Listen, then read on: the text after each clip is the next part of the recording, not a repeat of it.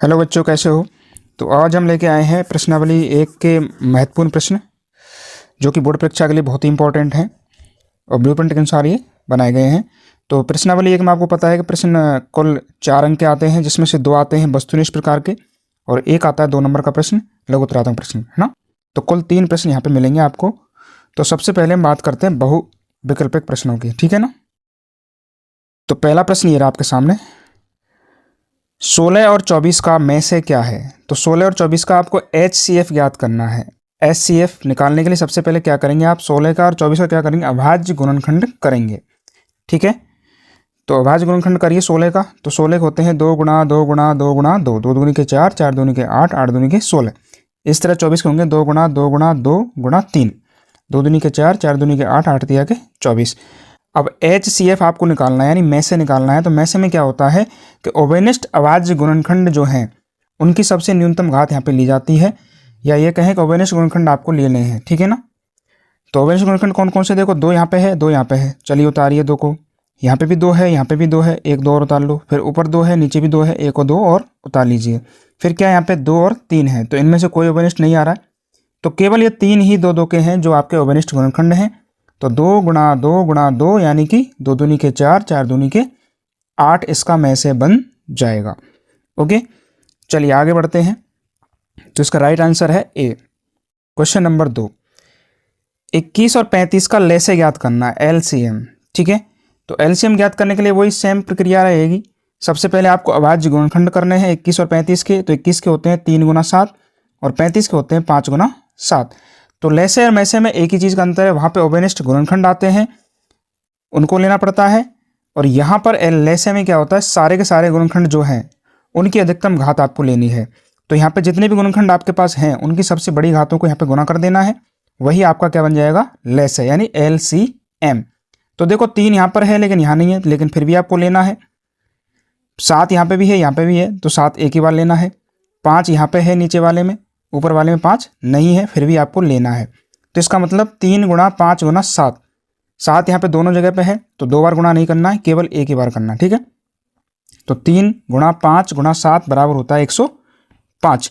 तो आपका LCM कितना हो गया है, 105। तो इस तरह से ये हमने LCM याद कर लिया। चलिए आगे बढ़ते हैं। क्वेश्चन नंबर 3, 2 क्रमागत सम संख्याओं का में से होता है, यानी आपके पास 2 लगातार सम संख्या आ जाए तो उनका में से कितना होगा। तो ये बहुत ही अच्छा सवाल है, इंपॉर्टेंट है सवाल। तो मान लीजिए एग्जाम्पल लेते हैं, चलो 2-4 संख्या लिखते हैं। जैसे 4 और 6 लिख दिया मैंने, 6 और 8 लिख सकते हो, 10 12 24 26, लगातार 2 सम संख्या लिखनी है आपको। तो आप देखेंगे कि दोनों संख्याओं का जो में से है वो 2 है, क्योंकि दोनों में केवल 2 ही ऐसा होगा जो कॉमन आएगा। तो यहाँ पर इसका उत्तर होगा 2। चलो आगे बढ़ते हैं। क्वेश्चन नंबर 4, 2 संख्याओं का में से यदि 1 है तो दोनों संख्याएं कैसी होंगी, यानी में से 1 है तो दोनों संख्याएं कैसी कैसी हो सकती हैं। तो यहाँ पर देखो 4 ऑप्शन दिए गए, अभाज्य संख्याएं, क्रमागत धनात्मक पूर्णांक, क्रमागत विषम संख्याएं, उपरोक्त सभी। तो यहाँ पर आपका राइट आंसर है उपरोक्त सभी, क्योंकि इन सभी संख्याओं का में से 1 होता है। चलो एग्जाम्पल समझ लो आप। अभाज्य संख्या लीजिए आप, तो ये अभाज्य संख्या ले ली हमने, 2 3 5 7 11, इन्हें सबका में से 1 होगा। क्रमागत धनात्मक पूर्णांक, तो क्रमागत धनात्मक पूर्णांक लो, यानी 1 2 3 4 5 संख्या, तो इनका भी में से कितना होगा, 1 होगा। और क्रमागत विषम संख्या ले लो, 1 3 5 7 9, तो इनका भी में से कितना होगा, 1 होगा। क्योंकि इन सबके अभाज्य गुणनखंड करें तो अभाज्य गुणनखंड होंगे नहीं, क्योंकि ये खुद ही अभाज्य गुणनखंड अपने आप में। अगर होते भी हैं तो फिर भी इनका जो लघुत्तम जो कॉमन आएगा, ओवेनिष्ठ जो आएगा वो 1 ही आएगा, यानी कोई भी संख्या ओवेनिष्ठ यहाँ पर नहीं आएगी। तो इस तरह से इसका उत्तर है उपरोक्त सभी। आगे बढ़ते हैं। क्वेश्चन नंबर 5, पाई क्या है। तो इसके बारे में आपको पता है, पाई क्या है, एक अपरिमेय संख्या है। तो पाई का जो सन्निकटन मान लिखते हैं वो 22/7 लिखते हैं, लेकिन 22 में 7 का जब भाग लगाते हो तो 3.14 इसका सन्निकटन मान आता है, यानी फिक्स मान नहीं आता है, ये मान और आगे भी बढ़ता जाएगा। इसलिए पाई क्या है, एक अपरिमेय संख्या है। चलो आगे बढ़ते हैं। क्वेश्चन नंबर 6, 196 के अभाज्य गुणनखंडों की घातों के योग कितना होगा, यानी इसके अभाज्य गुणनखंडों की घातों का योग कितना है। तो 196 का अभाज्य गुणनखंड करो और घातों का योग आपको लिखना है, ध्यान रहे। तो चलिए गुणनखंड लिखते हैं, 2 गुणा 2 गुणा 7 गुणा 7। तो 2 की घात 2 है और 7 की घात भी 2 है। अब लिखना है घातों का योग, तो घात यहाँ पे भी 2 है, यहाँ पे भी 2 है, तो 2 2 कितने हो गए, 4। तो घातों का योग कितना है 4। ओके, तो यहाँ पर आपका घातों का योग कितना आया है 4। चलिए आगे बढ़ते हैं। क्वेश्चन नंबर 7, दो संख्याओं का HCF 9 है। HCF दे दिया आपको, LCM 360 है। यदि इनमें से एक संख्या 180 है तो दूसरी संख्या कितनी होगी। तो आपको पता है कि दो संख्याओं का LCM और HCF का गुणा यदि करें तो दोनों संख्याओं के गुणनफल के बराबर वो होता है, यानी दोनों संख्याओं का गुणा बराबर LCM गुणा HCF।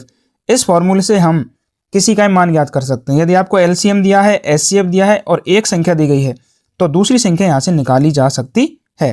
तो यहाँ पे LCM है 360, HCF है 9, तो 360 × 9 बराबर दोनों संख्याओं का गुणा। तो दोनों संख्याओं में से एक संख्या दे दी है, कितनी है 180। 180 गुना दूसरी संख्या, तो दूसरी संख्या का मान कितना आ जाएगा, 180 का भाग लग जाएगा इसमें।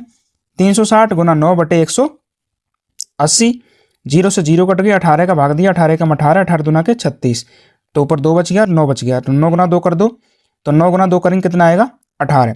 तो आपकी दूसरी संख्या कितनी आ गई है 18। आपका राइट आंसर है सी। ओके, चलो आगे बढ़ते हैं। क्वेश्चन नंबर 8, यदि HCF ऑफ 140, 343 बराबर 7 है, यानी आपको ये संख्या दी गई है 2, 140 और 343 और बाहर लिखा हुआ है HCF, ये कोष्टक में बंद है, तो इसका मतलब है इन दोनों संख्याओं का HCF कितना है 7। तो आपसे पूछा गया कि इनका LCM क्या होगा, तो LCM ऑफ 140, 343 क्या होगा। तो सेम आपको उसी तरीके से करना जो अभी सवाल किया था कि HCF गुणा LCM बराबर दोनों संख्याओं का गुना। HCF कितना दिया है 7, LCM हमसे पूछा है तो LCM की जगह LCM लिख देंगे आप। दोनों संख्या दे दी हैं 140 और 343, दोनों को मल्टीप्लाई कर दो, 140 गुणा 343। अब यहाँ पे देख रहे हो LCM का मान निकालना है, तो 7 जो ये है इसको आप क्या करेंगे, इसके नीचे ले जाएंगे, यानी गुणा भाग लग जाएगा इसमें। तो 140 गुणा 343 बटे 7, तो 7 का भाग दे दो 140 में, कितनी बार गया 20 बार, और 20 से गुणा कर देंगे 343 को, तो ये हो जाएगा 6860, यानी 6860। तो आपका LCM कितना आ गया है 6860। ओके, अब क्वेश्चन अगला चलते हैं। क्वेश्चन नंबर 9, एक परमेय और एक अपरमेय संख्या के योग से बनने वाली संख्या होती है। तो यदि एक संख्या परमेय है और एक संख्या अपरमेय है तो इस स्थिति में हमेशा ही अपरमेय संख्या आएगी, चाहे आप जोड़ करो, चाहे गुना करो, चाहे भाग करो, चाहे माइनस करो। ठीक है, तो यहाँ पे देखो परमेय प्लस अपरमेय बराबर अपरमेय, परमेय माइनस अपरमेय अपरमेय, परमेय गुणा अपरमेय अपरमेय, परमेय भाग अपरमेय अपरमेय। यानी एक संख्या अगर परमेय है और एक संख्या अपरमेय है तो उनके बीच में चाहे जोड़ करिए, चाहे माइनस कीजिए, चाहे गुणा कीजिए, चाहे भाग कीजिए, हमेशा ही अपरमेय संख्या आएगी। तो ये भी एक अच्छा क्वेश्चन है। क्वेश्चन नंबर 10, निम्न में से अपरमेय नहीं है, तो इसको थोड़ा हल करना पड़ेगा। देखो यहाँ पे पहला ऑप्शन है 3 + √7, तो ये 3 तो है परमेय और ये है अपरमेय, दोनों का जोड़ है, तो ये भी अपरमेय ही है, अपरमेय है। हमको ज्ञात करना है अपरमेय नहीं है, दूसरा भी अपरमेय है और चौथा भी अपरमेय है, क्योंकि ये भी गुना हो रहे हैं। लेकिन यहाँ पर जो ये बना हुआ है 3 + √7 कोष्टक 3 - √7, तो यहाँ पर a + b और a - b की फॉर्म बन रही है। तो आप इसको जब खोलेंगे ना तो a² - b² बनेगा। a² मतलब 3 का वर्ग और b² मतलब √7 का वर्ग, तो 3 का वर्ग 9 और √7 का वर्ग 7, तो 9 में 7 घटाए 2 बच गया, और 2 क्या है परमेय संख्या है, यानी अपरमेय नहीं है। तो आपका उत्तर क्या है सी। ठीक है, नेक्स्ट, दो अपरमेय संख्याओं का गुणनफल होता है। तो दो अपरमेय संख्या आपने ली है तो दोनों के दोनों ही अपरमेय हैं, तो यहाँ पे दो स्थिति हो सकती हैं। चलो मैं एक एग्जांपल लेते हैं, मान लीजिए ये भी अपरमेय √3 और ये भी अपरमेय है √5, दोनों का हमने गुना किया तो ये हो जाएगा √15। तो √15 जब आया है तो ये भी क्या है एक अपरमेय संख्या है। लेकिन यदि दूसरा चेंज हो जाए संख्या कि √3 गुना √12, तो ये क्या हो जाएगा √36 और 36 का वर्गमूल आएगा 6। तो इसका मतलब दो कंडीशन अप्लाई हो गई, या तो अपरमेय भी हो सकती है या फिर परमेय भी हो सकती है। तो इसका उत्तर होगा कि यदि दो अपरमेय संख्याओं का आप गुना करें तो परमेय संख्या भी आ सकती है और अपरमेय संख्या भी आ सकती है। तो आपका उत्तर है सी, एक अपरमेय संख्या या परमेय संख्या दोनों में से कोई भी आ सकता है। नेक्स्ट, क्वेश्चन नंबर 12, दो समान अपरमेय संख्याओं का गुणनफल सदैव होता है। यदि दोनों की दोनों संख्या समान है, ठीक है, और दोनों अपरमेय है, तब भी आपका गुणनफल हो सकता है परमेय हो और अपरमेय हो। ठीक है, चलो एग्जांपल लेते हैं, मान लीजिए समझते हैं इस चीज़ को। तो मान लीजिए √5 लिया हमने और दूसरा भी √5 ही है, दोनों का वर्ग गुणा किया अपन ने तो अंडर 25 हो गया और ये आ गया 5, इसका मतलब परमेय संख्या हो गई। लेकिन ये एग्जाम्पल दूसरा और लेते हैं, 3 प्लस अंडर 5, 3 प्लस अंडर 5 दोनों ही परमेय है, दोनों का गुना करेंगे तो 3 प्लस अंडर 5 का होल स्क्वायर और a प्लस बी का होल स्क्वायर जब इसको खोलेंगे ना तो ये आएगा 3 का वर्ग प्लस 2 गुणा 3 गुणा अंडर 5 प्लस अंडर 5 का वर्ग। ठीक है, तो ये हो जाएगा 9 प्लस 6 अंडर 5 प्लस 5 का वर्ग यानी 5, तो 14 प्लस 6 अंडर 5 आएगा, जो कि क्या है, एक अपरमेय संख्या है। तो जैसा कि मैंने अभी पहले वाले सवाल में बताया था कि दो अगर अपरमेय संख्या ले रहे हो आप, चाहे समान ले रहे हो चाहे असमान ले रहे हो, तो उनका गुणनफल हमेशा क्या होगा, या तो अपरमेय होगा या परमेय होगा, दोनों में से कुछ भी हो सकता है। तो हमेशा आपको उत्तर यही लगाना है, अपरमेय या परमेय। अगला, किसी परमेय संख्या p बटे q के लिए सत्य है। क्या सत्य है? p और q पूर्णांक संख्या है, q is not equal to 0, p व q सहअभाज्य हैं, उपरोक्त सभी। तो उपरोक्त सभी होगा इसमें, क्योंकि दोनों पूर्णांक संख्या भी होंगी, q का मान 0 भी नहीं होना चाहिए और p और q दोनों सहअभाज्य होने चाहिए, तो ये उपरोक्त सभी इसमें आ जाएगा। अगला, 65 और 117 का HCF क्या होगा? तो 65 और 117 का HCF आपको निकालना है, तो वही आप गुणनखंड करिए इनका अभाज्य गुणनखंड। तो 65 का अभाज्य गुणनखंड हो जाएगा 5 गुना 13 और 117 हो जाएगा 3 गुना 3 गुना 13। तो आप देख रहे हो कि दोनों में 13 ही ओबेनिस्ट है, तो ओबेनिस्ट आपका गुणनखंड जो होगा वही आपका HCF होगा, यानी कि इसका HCF कितना है, 13। तो इसका राइट आंसर कितना है, 13। चलिए आगे बढ़ते हैं, क्वेश्चन नंबर 15। 196 के अभाज्य गुणनखंडों को घातीय रूप में लिखो। तो घातीय रूप इसमें पहले बना चुके हैं हम, तो 196 गुणनखंड लिखेंगे आप 2 गुणा 2 गुणा 7 गुणा 7, तो 2 की घात 2 7 की घात 2 यहाँ पर आ जाएगा। ठीक है, तो 2 की घात 2 7 की घात 2 आंसर बी। ये पहले भी आ चुका है प्रश्न। Question number 16। दो संख्याओं का HCF 27 और LCM 162 है, यदि इनमें से एक संख्या 54 है और दूसरी संख्या ज्ञात करो। तो ये सवाल आ चुका है 2024 में। ठीक है, तो LCM गुणा HCF बराबर दोनों संख्याओं का गुना, तो 162 गुणा 27 बराबर 54 गुणा दूसरी संख्या, तो दूसरी संख्या बराबर हो जाएगा 162 गुणा 27 बटे 54। 27 का भाग दिया 54 में 2 बार और 2 का भाग दिया 162 में 81 बार, तो दूसरी संख्या कितनी आ गई है, 81। तो ये आपका राइट आंसर क्या है, 81। तो बच्चों ये बहुत इंपॉर्टेंट आपका वो है सूत्र, LCM गुणा HCF बराबर दोनों संख्याओं का गुणा। ठीक है, चलिए क्वेश्चन नंबर 17। 144 और 198 का में से पे क्या होगा, यानी HCF क्या होगा, महत्तम समापवर्तक। ठीक है, तो वही सेम 144 के गुणनखंड करिए और 198 के भी अभाज्य गुणनखंड कीजिए। तो जिन पर नहीं आते हैं वो आसानी से इस तरह से कर सकते हैं, जैसे ये कर रखे हैं, 2 का भाग 2 2 का भाग 2, जितने का जा रहा है उतने का देना है। ठीक है, तो यहाँ पर अभाज्य गुणनखंड हो गए हैं 144 के 2 गुणा 2 गुणा 2 गुणा 2 गुणा 3 और 198 को है 2 गुणा 3 गुणा 3 गुणा 11। अब इनमें से जो अवयनिष्ठ गुणनखंड है वो आपको निकालना है। तो यहाँ पे देखो 2 ऊपर है, नीचे भी है 1 2, तो चलो 1 2 निकाल लिया है। यहाँ पर 144 में 2 और है, लेकिन नीचे अब 2 नहीं है, तो फिर आगे बढ़ते हैं 3, तो 3 ऊपर भी है 3 नीचे भी है, तो 3 हमने एक और निकाल लिया है। इसके अलावा ऊपर कोई संख्या ही नहीं बची, नीचे 3 और 11 बचे हुए हैं, तो ऊपर है नहीं है, तो इसका मतलब ये अवयनिष्ठ नहीं है। तो अवयनिष्ठ केवल 2 और 3 ही हुए, तो 2 और 3 का गुना कितना होगा, 6, तो 2 गुना 3 बराबर 6, तो में से कितना हो गया है, 6। तो ये है आपका आंसर क्वेश्चन नंबर 17 का। चलो आगे बढ़ते हैं, क्वेश्चन नंबर 18। निम्न में से कौन सी संख्या परमेय है? तो इन सब को देख सकते हो आप, थोड़ा सा हल भी कर सकते हो। तो 2√3 को हल नहीं कर सकते क्योंकि ये ऑलरेडी गुना में है, तो ये अपरमेय है, ये भी अपरमेय है, ये भी अपरमेय है, और उपरोक्त सभी यानी कि सभी की सभी क्या हैं, अपरमेय संख्या हैं। Question number 19। यदि a एक अभाज्य संख्या है तो √a क्या होगा? अगर मान लीजिए कोई संख्या ऐसी है जो अभाज्य है, इसका गुणनखंड नहीं हो सकता है और उसका जब वर्गमूल लिया जाएगा तो हमेशा ही अपरमेय संख्या प्राप्त होगी, तो ये क्या होगी, एक अपरमेय संख्या होगी। दो क्रमागत संख्याओं a और b का HCF क्या होगा? तो a और b का HCF हमेशा 1 होगा, क्योंकि एक क्रमागत आ रही ना, क्रमागत पहले भी हम बात कर चुके हैं कि 1 के बाद 2 आता है, 2 के बाद 3 आता है, 3 के बाद 4 आता है, तो क्रम से आ रही है, तो उनके बीच में कोई अवयनिष्ठ गुणनखंड नहीं होगा, तो वहां पर HCF क्या आएगा, 1। ठीक है, तो ये बच्चों ये थे आपके वस्तुनिष्ठ प्रकार के प्रश्न। अब हम आगे बढ़ेंगे, लघुत्तरात्मक प्रश्न यानी 2 नंबर वाला जो प्रश्न आएगा उसको बात करेंगे। ठीक है, क्वेश्चन नंबर 1, अभाज्य गुणनखंड विधि द्वारा 16, 24 और 36 का में से ज्ञात करो। 16, 24 और 36। तो 16, 24 और 36 तीनों का आपको क्या करना है, गुणनखंड करना है, अभाज्य गुणनखंड। तो 16 के अभाज्य गुणनखंड हो गए आपके 2 गुणा 2 गुणा 2 गुणा 2, ठीक है। 24 के हो गए 2 गुणा 2 गुणा 2 गुणा 3, और 36 के हो जाएंगे 2 गुणा 2 गुणा 3 गुणा 3। ओके, अब हमें निकालना है, दोनों चीज़ निकालनी है हमें, एचसीएफ भी निकालना है और एलसीएम भी निकालना है। तो सबसे पहले हम ज्ञात करेंगे में से, यानी एचसीएफ, महत्तम समापवर्तक। तो महत्तम समापवर्तक में क्या होता है कि जो कॉमन फैक्टर होते हैं, यानी जो अविनिष्ट गुणनखंड होते हैं, वही आपको लेने हैं, ठीक है। तो उनकी सबसे छोटी घात लेनी है, सबसे बड़ी घात। तो यहाँ पर देखो 2, 2 और 2 गोला कर दिया हमने, तीनों में है शामिल, तो 2 ले लिया, फिर 2, फिर 2, फिर 2, ये तीनों में शामिल है, ये भी ले लो।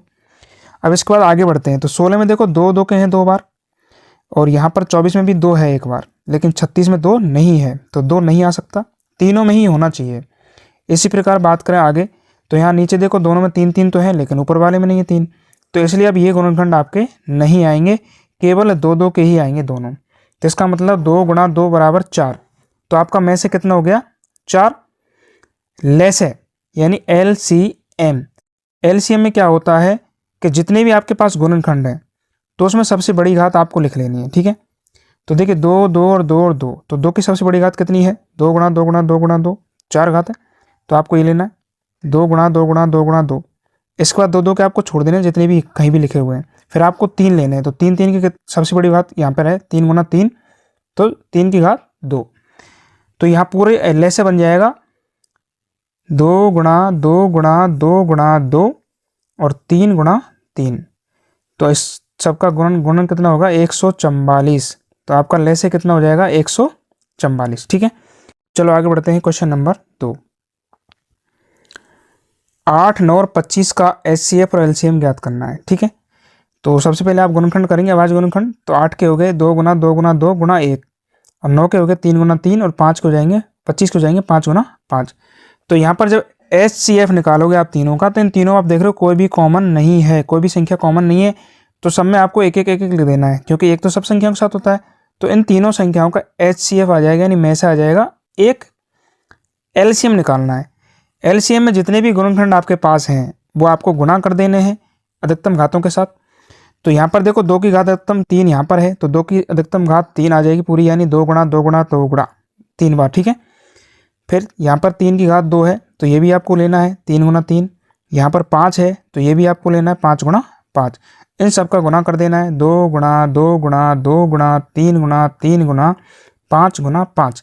तो इन सब का गुणा कितना आएगा, 1800, यानी 1800। तो ये है आपका एलसीएम, कितना, 1800, ठीक है। चलिए आगे बढ़ते हैं, क्वेश्चन नंबर 3।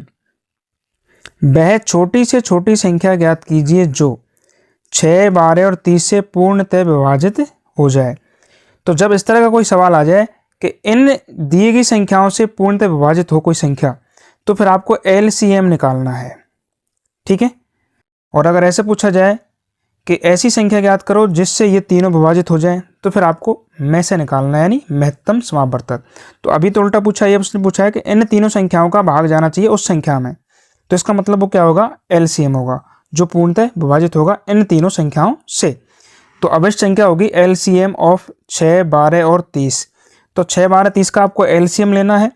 एलसीएम लेने का तरीका वही है, सबसे पहले गुणनखंड करो 6 के, 12 के और 30 के। तो ये आपके 6 के गुणनखंड है 2 गुणा 3, ये आपके 12 के गुणनखंड है 2 गुणा 2 गुणा 3, ये आपके 30 के गुणनखंड हो जाएंगे 2 गुणा 3 गुणा 5। एलसीएम के लिए क्या करना है, जो आपके गुणनखंड आए हैं अभाज्य गुणनखंड, उनमें सबसे बड़ी जो घातें हैं उनका गुणा करना है। तो देखिए यहाँ पर 2 की घात 1 ही है, लेकिन अगले जो 12 है इसमें 2 की घात 2 है, तो 2 की घात 2 लेनी है आपको, यानी 2 गुणा 2, 2 बार आ रहा है, तो ये लेना है, अधिकतम लेना है। 3 की बात करें तो 3 यहाँ पे एक एक बार ही सब में, तो 3 आपको एक बार ले लेना है। 5 भी एक बार है, तो 5 भी आपको एक बार ले लेना है। तो आपका गुणनखंड जो है उनका एलसीएम जो होगा वो ये हो जाएगा 2 गुणा 2 गुणा 3 गुणा 5। तो इसका एलसीएम हो जाएगा 60, अर्थात वह संख्या 60 होगी जिसमें इन तीनों संख्याओं का क्या जाएगा, पूर्ण से भाग जाएगा, ठीक है। ओके आगे बढ़ते हैं। वह बड़ी से बड़ी संख्या ज्ञात कीजिए जो 12, 16 और 24 को पूर्णतः विभाजित कर सकती है। तो मैंने जैसे कहा वैसे हो गया सेम, यानी वो सबसे बड़ी संख्या ज्ञात करनी है जो इन तीनों को विभाजित कर सकती है, यानी तीनों में इसका भाग चला जाए, तो वो संख्या होगी आपकी एचसीएफ।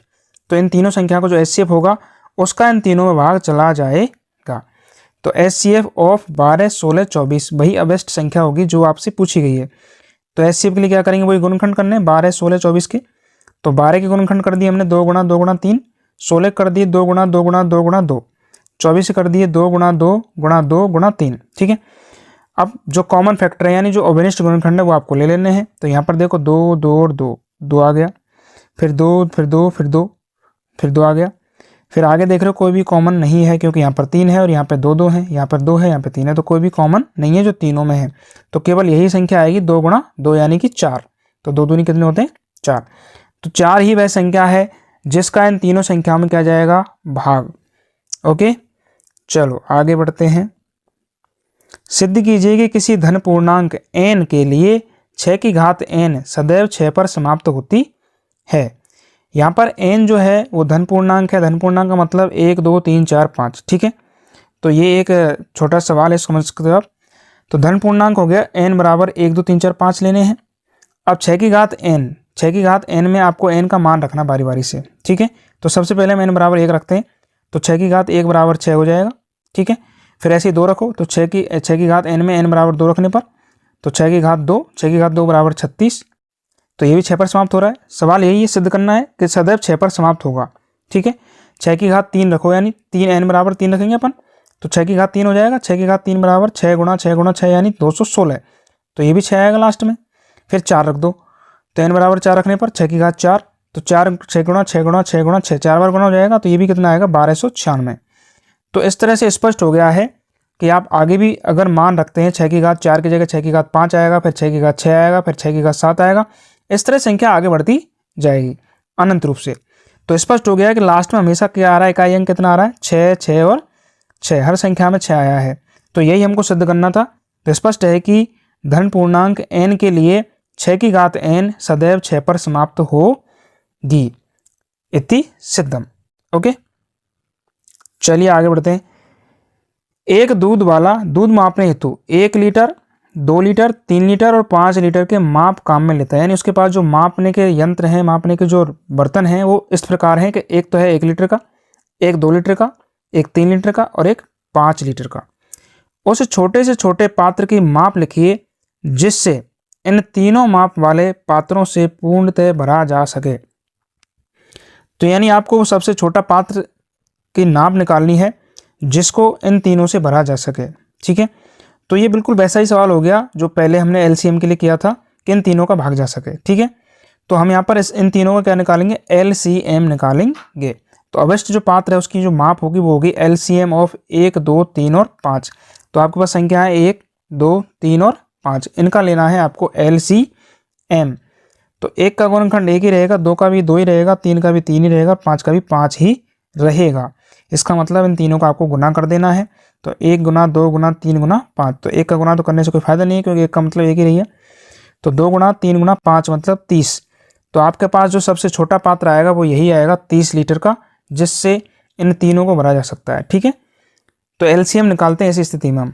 चलिए आगे बढ़ते हैं। क्वेश्चन नंबर 7, सिद्ध कीजिए कि √3 एक अपरिमेय संख्या है। तो यहाँ पर अब अपरिमेय संख्या वाली जो सवाल है वो आ गए हैं। तो √3 एक अपरिमेय संख्या है, इसको सिद्ध करने के लिए सबसे पहले क्या करेंगे, हम सर्वप्रथम मान लेते हैं कि √3 एक परिमेय संख्या है। तो हमने मान लिया सर्वप्रथम √3 क्या है, एक परिमेय संख्या है। तो अतः परिमेय संख्या को p/q में लिख सकते हैं हम, तो हम इसे भी p/q के रूप में लिख देंगे। तो √3 बराबर a/b या p/q भी आप लिख सकते हो। ठीक है, यहाँ b is not equal to 0 और a और b सहवाज संख्या है यानी सहवाज्य, और इनका अवनिष्ठ गुणनखंड केवल एक ही है। तो चलिए अब इसको थोड़ा हल करते हैं। इन दोनों तरफ इनका वर्ग कर देते हैं। तो 3/1 तो इधर हो जाएगा और ये हो जाएगा a²/b²। ठीक है, 3 को हम a² के नीचे ले आते हैं तो बराबर में आ जाएगा b², यानी b² बराबर हो जाएगा a²/3।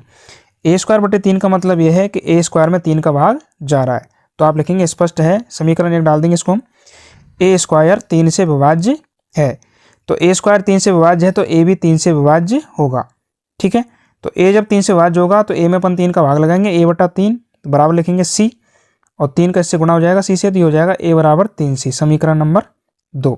समीकरण 2 से जो a का मान आया है इसको समीकरण 1 में रख देना है। ठीक है, तो जैसे हम ए का मान समीकरण 1 में रखेंगे तो ये हो जाएगा बी स्क्वायर बराबर 3, अब यहाँ पे ए स्क्वायर था ना तो ए की जगह लिखेंगे 3c, तो 3c का होल स्क्वायर बटे 3, 3 से 3 कट गया है तो ये बचेगा 3c स्क्वायर बराबर बी स्क्वायर। अब 3 का वापस से बी स्क्वायर भाग लग जाएगा तो ये बन जाएगा बी स्क्वायर बटे 3 बराबर सी स्क्वायर। तो अर्थात यहाँ भी आप कह सकते हो कि बी स्क्वायर में 3 का भाग जा रहा है, अर्थात बी स्क्वायर 3 से विभाज्य है, तो बी भी 3 से विभाज्य होगा, तो बी बराबर भी 3d हो जाएगा। ठीक है, अब हमने दोनों चीज़ यहाँ पर सिद्ध कर दी हैं कि ए भी 3 से विभाज्य है और बी भी 3 से विभाज्य है। ठीक है, अर्थात ए और बी में 3 एक उभयनिष्ठ गुणनखंड के रूप में होना चाहिए, तो ए और बी में 3 उभयनिष्ठ गुणनखंड होगा। तो अब ए और बी हमने सहभाज्य माने थे, सहभाज्य का मतलब होता है उनका कोई भी गुणनखंड उभयनिष्ठ नहीं है केवल एक के अलावा, लेकिन यहाँ पर कितना आ गया है 3। तो अब इस तरह से हम कह सकते हैं कि ए और बी क्या है, सहअभाज्य नहीं है। तो क्यों हुआ ऐसा, क्योंकि हमने √3 को क्या मान लिया था, परमेय, अतः ही इसका विरोध करता है। तो √3 को परमेय मानना गलत है, यह विरोधाभास उत्पन्न हो रहा है, अतः √3 क्या है, एक अपरमेय संख्या है। तो इसी तरीके से आपको हर अंडर की जितनी भी अपरमेय संख्या हैं उनको सिद्ध किया जा सकता है, जैसे √2, √5, √7, √6। ठीक है, तो आप इनको सबको यहाँ से सिद्ध कर सकते हैं। चलिए आगे बढ़ते हैं, अगला क्वेश्चन लेते हैं। सिद्ध कीजिए 2 √5 एक अपरमेय संख्या है। तो सबसे पहले आपको जब भी अपरमेय संख्या सिद्ध करनी है तो दो चीज़ें तो ध्यान से रखनी है आपको कि सबको परमेय मानना पहले तो, और परमेय जब मानेंगे तो a/b के रूप में या p/q के रूप में आपको लिखना है। ठीक है, तो माना 2 √5 एक परमेय संख्या है, तो परमेय संख्या तो उसे p/q के रूप में लिख सकते हो, यानी a/b। तो 2 √5 बराबर p/q या a/b, तो a/b लिख दिया हमने। अब क्या करेंगे, आप इसको यहाँ वर्ग करेंगे दोनों तरफ, तो वर्ग हमने कर दिया है, तो ये हो गया है 20 बराबर a स्क्वायर बटे b स्क्वायर। ठीक है, b स्क्वायर बराबर हो जाएगा a स्क्वायर बटे 20, यानी 20 को हम इसके नीचे लिया a स्क्वायर के, तो ये हो जाएगा b स्क्वायर बराबर a स्क्वायर बटे 20 समीकरण 1, अर्थात a स्क्वायर 20 से विभाज्य है, तो a भी 20 से विभाज्य होगा। तो a बराबर हो जाएगा 20c, यानी a में 20 का भाग लगाएंगे, a बटे 20 बराबर c। ठीक है, तो a का जो मान आ गया वो आ गया a बराबर 20c, इसको मान को उठा करके वापस समीकरण 1 में रख दो। ठीक है, तो b स्क्वायर हो जाएगा b स्क्वायर बराबर 20c बटे 20 का होल स्क्वायर, ऊपर होल स्क्वायर रहेगा, तो 20c गुना 20c 2 बार गुना हो गया, 20 से 20 कट गया, तो ये बन जाएगा 20c स्क्वायर। तो b स्क्वायर में 20 का भाग लग जाएगा 20, तो b स्क्वायर बटे 20 बराबर c स्क्वायर, अर्थात ये है कि b स्क्वायर में 20 का भाग जा रहा है, तो b में भी 20 का भाग जाएगा। ठीक है, तो अतः b बटे 20 बराबर d आ जाएगा, तो ये b का मान आ गया 20d, मतलब एक तरह से। तो कहने का मतलब यह है कि 20 दोनों का उभयनिष्ठ गुणनखंड आ गया है a और b का, अर्थात a व b में 20 एक उभयनिष्ठ गुणनखंड होगा। इसका मतलब a और b क्या है, सहअभाज्य नहीं है। a और b क्या नहीं है, सहअभाज्य नहीं है। सहअभाज्य मतलब उनका गुणनखंड केवल एक ही होना चाहिए, लेकिन यहाँ पर 20 भी आ गया है, तो इसलिए सहअभाज्य नहीं है। तो ऐसा क्यों हुआ, क्योंकि हमने 2 √5 को क्या मान लिया था, परमेय। तो 2 √5 को परमेय मानना गलत है, इसलिए 2 √5 क्या है, एक अपरमेय संख्या है। चलो आगे बढ़ते हैं। सिद्ध कीजिए 5 - 2 √3 एक अपरमेय संख्या है। तो सबसे पहले हम यही मानेंगे, मान लेते हैं, सर्वप्रथम हम मान लेते हैं कि 5 - 2 √3 एक क्या है, परमेय संख्या है। अब इसे p/q के रूप में लिख सकते हो आप, तो 5 - 2 √3 बराबर a/b, b is not equal to 0, और a और b क्या है, सहअभाज्य हैं। अब यहाँ पे क्या करना, आपको 5 का पक्षांतरण कर देना a/b की तरफ, तो ये हो जाएगा माइनस का, तो a/b - 5/1। यहाँ पे b आपको लघुत्तम ले लेना, तो ये बन जाएगा a - 5b बटे b। 2 को और पहुँचा देते हैं इसके नीचे, तो ये हो जाएगा √3 इधर रह जाएगा अकेला, तो √3 बराबर a - 5b बटे -2b। अब आप स्पष्ट देख सकते हो यहाँ पे कि एक तरफ √3 है जो पूरा का पूरा क्या है, अपरमेय, और एक तरफ ये पूरी संख्या है a, b और 5 और 2, तो ये सब क्या है, परमेय।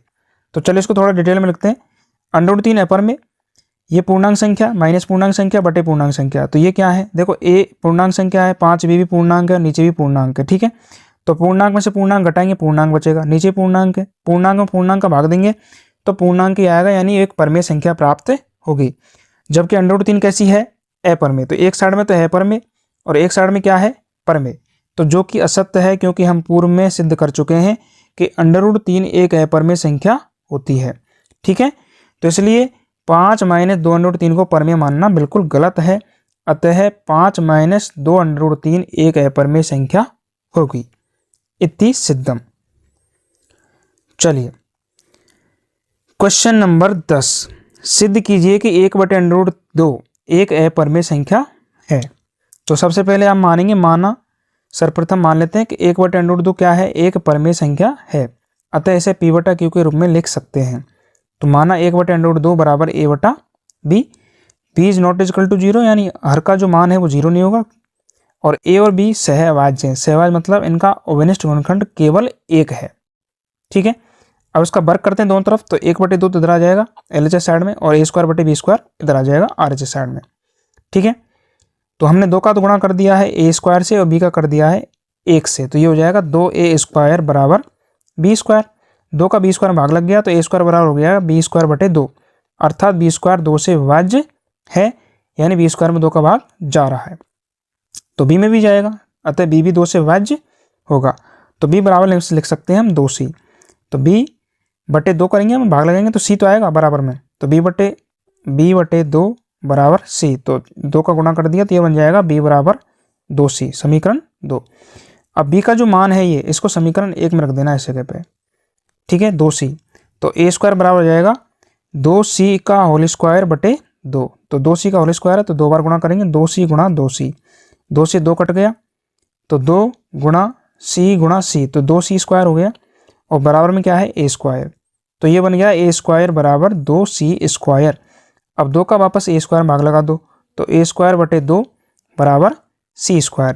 तो ये कह रहा है कि A² 2 से विभाज्य है, A²/2 है, तो इसका मतलब A² में 2 का भाग जा रहा है, तो A में भी 2 का भाग जाएगा। ठीक है। तो A बराबर भी हो जाएगा 2D, यानी A में 2 का भाग दिया, A/2 बराबर D आएगी कोई भी संख्या। तो इसका मतलब यह है कि A भी 2 से विभाज्य है और B भी 2 से विभाज्य है। ठीक है।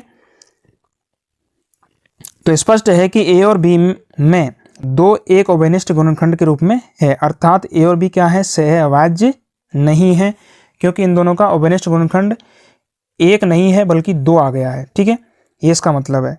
तो अर्थात 1/√2 क्या है, परमेय मानना उसको गलत है। तो 1/√2 क्या है, एक अपरमेय संख्या है। इति सिद्धम।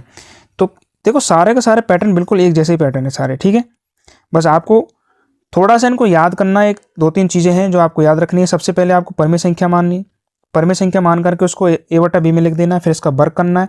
वर्ग करके जो संख्या आती है उसके नीचे कोई ना कोई संख्या आएगी, जैसे B²/2 आ गया, तो इसको आपको B²/2 का मतलब लिखना है कि B² 2 से विभाज्य है, और B² 2 से विभाज्य है तो इसका मतलब B भी 2 से विभाज्य होगा। यहाँ तक आपका आधा सवाल हो जाता है। अगर ये सवाल 2 नंबर का आता है तो यहाँ तक आपको 1 नंबर मिल जाएगा।